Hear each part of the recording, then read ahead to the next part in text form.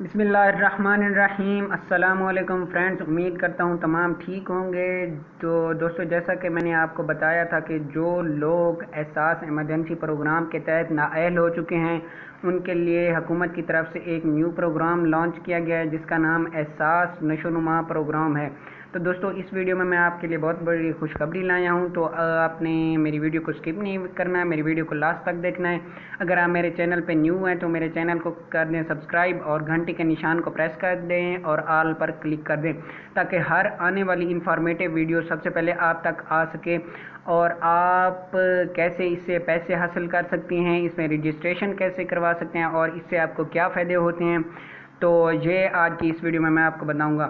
دوستو، جیسا کہ میں نے آپ کو کہا تھا کہ احساس نشو و نما پروگرام کا آغاز ہونے والا ہے، تو یہ ڈاکٹر ثانیہ نشتر صاحب کی سوشل ٹویٹر اکاؤنٹ پر ایک نیو اپڈیٹ آئی ہے۔ انہوں نے ایک پک سینڈ کی ہے، اس میں لکھا ہے کہ یہ پہلا نشو و نما مرکز ضلع راجن پور کے علاقے جام پور میں قائم کیا جا رہا ہے اور جلد ہی اس کو عوام کی سہولت کے لیے کھول دیا جائے گا۔